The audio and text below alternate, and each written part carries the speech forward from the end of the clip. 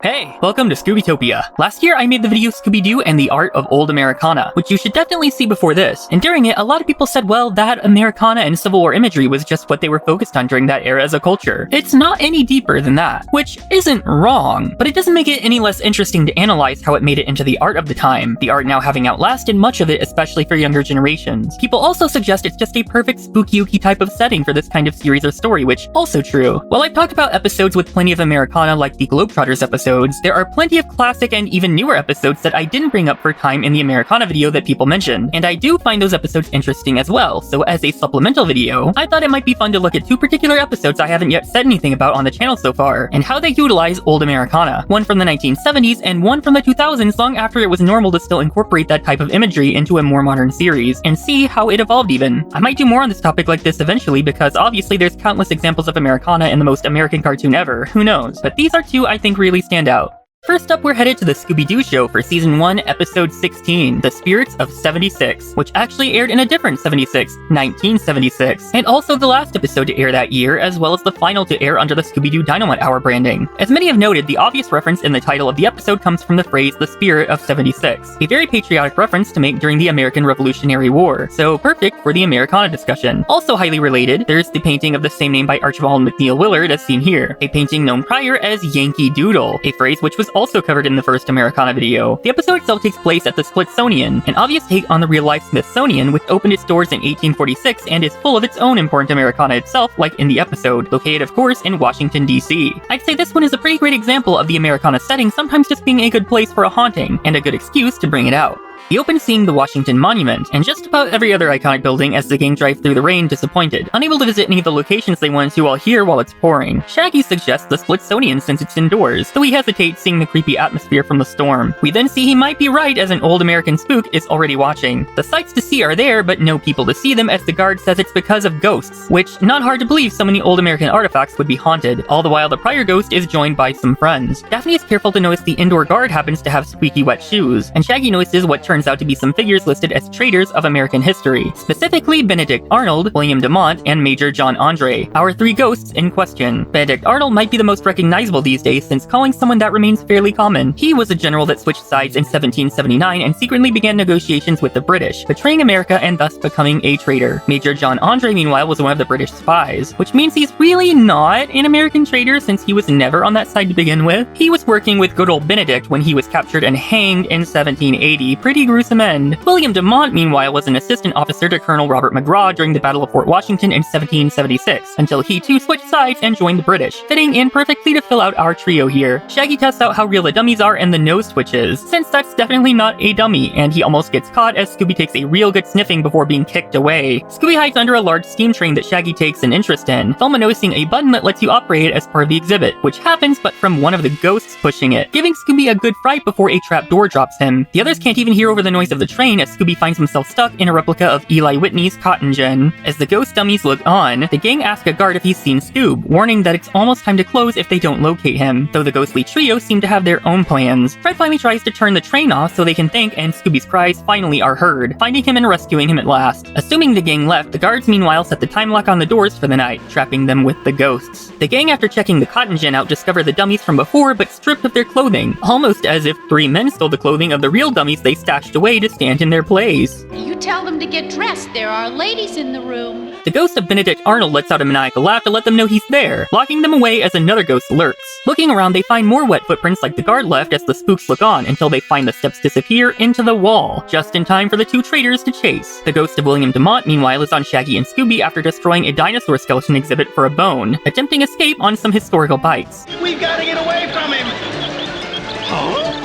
Passing the others, the boys crash and the trio of spooks run away. After the commercial break though, one randomly shows up out of nowhere again to chase them up another area where they find the nice guard from before, who says they're unfortunately stuck here until noon tomorrow. The train turns on again as loud as ever as the old guard shows up to chew them out, grumbling away as the nice guard explains he's new and bitter he was switched from the day shift at the White House to the night shift here. He also adds that the only one that can fix the train is the engineer, but it always seems to start again anyway, when it suddenly stops. Scooby in a bearskin pops up in time to scare the engineer trying to fix the thing, explaining he's basically been living here because of how often the train goes off lately. As old Demont watches, the others notice he too has wet footprints, making him suspicious like the old guard, so they look around again. Downstairs, the cotton gin and locomotive start up again just to stop, only to start again as they realize the two aren't connected but always start and stop at the same time. Velma notices the cotton gin looks 100 years old except the new gears on top connected to the belts and pulleys they follow until finding more wet footprints that still disappear into the wall that the belts go through. Scooby then accidentally figures out how to trigger the wall to flip, where they finally realize where the wet footprints come from. They follow the belts to a drill that's torn a hole in the wall where they also find sacks of newly printed money, with dozens of printing presses and more money on the inside of the wall. They realize they've walked all the way to the actual place where money is printed by the government, which the so-called ghosts have broken into when they hear footsteps, hiding as the trio carry bags over their shoulders. They catch on and chase the gang out, all of them catching a ride on some old cars that probably shouldn't be in working condition or loaded up with fuel, while Scooby ends up on the Wright brothers plane that also is definitely not meant to fly anymore. Luckily, it crashes right on top of the trio, catching them. Good old Scoop was in the right plane at the right time. Get it? Right?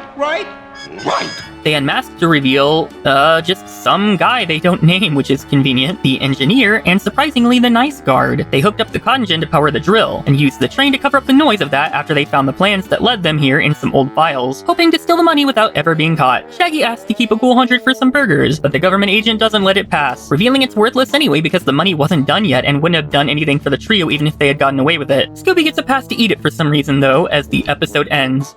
As far as Americana goes in Scooby-Doo, this is probably the least offensive the show gets when trying to more heavily incorporate it, instead for once actually having a relevant point to be included in the plot without going overboard in any way. That makes it such an interesting example of maybe how or how not to do so. A big museum that's full of all kinds of messed up memorabilia, especially related to war, or people that were killed in any type of way, is definitely a place that makes sense for being a creepy, haunted location. America has no shortage of that. It's the perfect location to incorporate just how American the series is without standing out in a big way. This is just the place to do that. Museums already can be pretty spooky anyway, and three famous figures from American history coming back as ghosts makes sense here. It is a little funny that one of the ghosts is literally just a random guy though. That's a little unfair to the audience trying to peg who the ghosts actually were, when one of them is someone we haven't even seen and doesn't have a name. Anyway, what do you think of this classic episode? And what do you think of how it was able to incorporate this important aspect of Americana into it?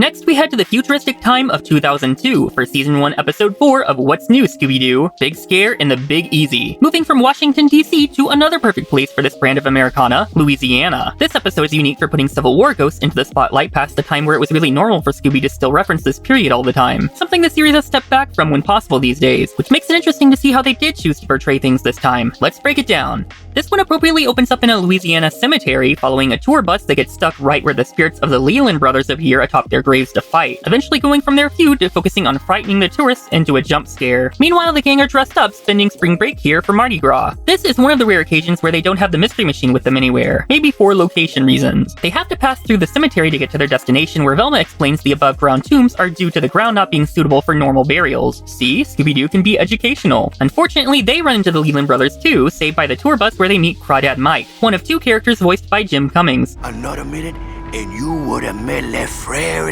Long. Like, run that by me again? He's notably using the same voice he used as Jacques in Zombie Island, as well as Ray in The Princess and the Frog if you want a Disney twist. He explains the brothers were on opposite sides during the Civil War, giving us a contrast to taking one side or the other, like previous depictions of the war in Scooby-Doo. A notable improvement over the prior, you might say, in tackling this. The two ultimately fought a duel and died, killing each other right in the family graveyard. Mike explains he's the tour guide, hence the knowledge, dropping them off safe. We then meet the other Jim Cummings character, Cyrus T. Buford, in a fight with Lorelei Leland, who shares a voice with Daphne. Getting rid of him and welcoming the gang in, she explains Cyrus wants to buy the family graveyard to expand his hotel and water park, using the legend of the ghost to try and scare her into selling. Her brother Taylor mysteriously appears, Scooby noticing his dirty boots as he says he was tidying up the rooms that appear destroyed. Lorelei then notices the remainder of Scooby's costume and takes note of it, as she assures them everyone needs a costume for Mardi Gras, telling them goodnight for the time being, while Taylor warns them not to venture into the graveyard lest they want to be recruited into the undead. Daphne brings up his shoes again, so they avoid his warning to go check the graveyard anyway. After disrespecting some poor person's tomb,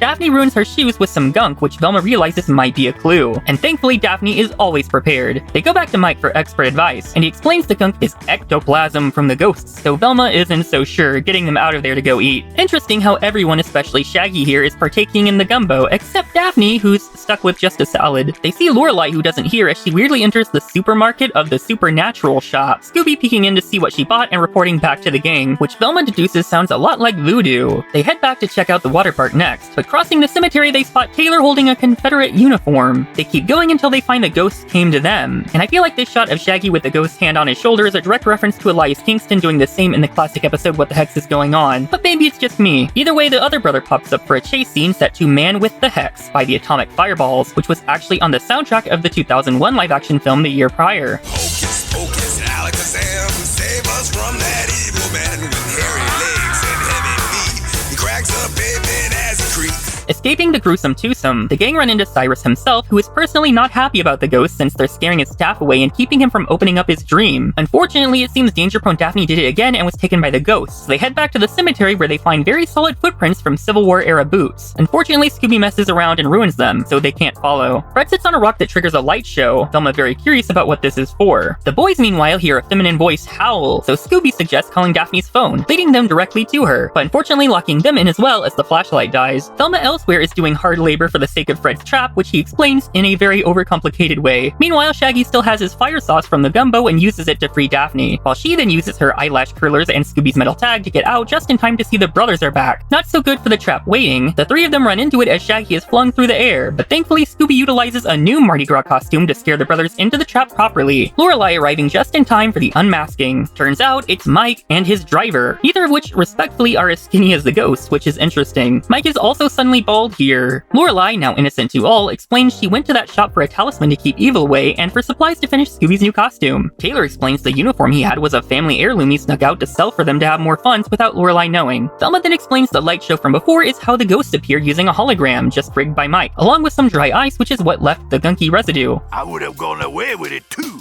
if it were for y'all meddling kids. Why are you bald now, sir? Celebrating Mardi Gras, Velma explains she was so sure the ghosts were fake due to the ghosts being the same height, unlike the real ones, though she missed that one of the ghosts rarely has an eye patch when neither of them did. Meanwhile, the Leland siblings and Cyrus reached an agreement to partner for Leland Land. Certainly a choice, but I guess it works out for all three of them. Daphne thanks the boys for saving her, which Shaggy credits to her calling for help, which she says she didn't as the howl cries out again. Scooby-Dooby-Doo!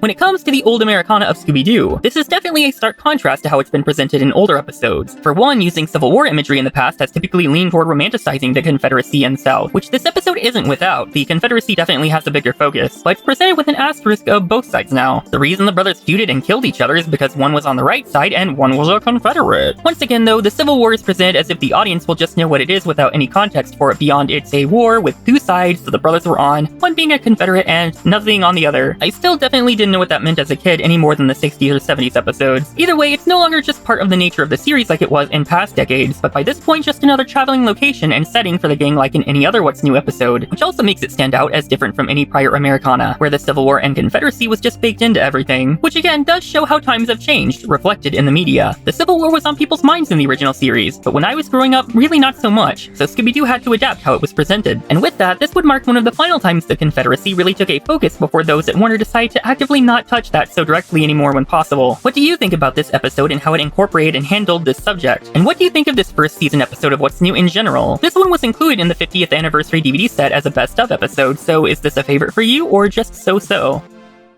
And with that, those are two more Americana-centric episodes of Scooby-Doo that reflect how it's been presented for the plot and locations over the decades. Not really any deeper point to this particular outing on the channel, I just thought it might be fun to look at a few more pieces there wasn't time for in the original video without derailing things that might make for more interesting discussion on the topic. I love revisiting episodes of the Scooby-Doo show anyway. For me, it really is as solid as the original, and there are definitely some episodes that warrant further discussion someday. Revisiting how What's New handles things can also be quite fun, as the series doesn't really hold as much relevance in people's minds as it used to despite still being very classic, especially for someone like me that grew up with it. And that makes looking at it from new angles as an adult all the more fun, like this. Maybe I'll look at Americana seeping into the franchise again another day in a deeper form like before, but starting the year off light only seems right. Speaking of, Happy New Year! Hope you're having a good one. I can't say I am, I might be worse, but I still got inspired and wanted to get this out so there's something new on the channel while I'm able. You can follow me on Blue Sky, TikTok, Tumblr, or all of the other socials, except Instagram. You can't follow the Scooby-Topia Instagram anymore because they deleted it for breaking rules I didn't break on Christmas Day. Very cool, Mark Zuckerberg. If you like this video, hit the little like button, subscribe so you don't miss any Scooby-Dooby fun, etc. I'll see you next time in Scooby-Topia. Bye!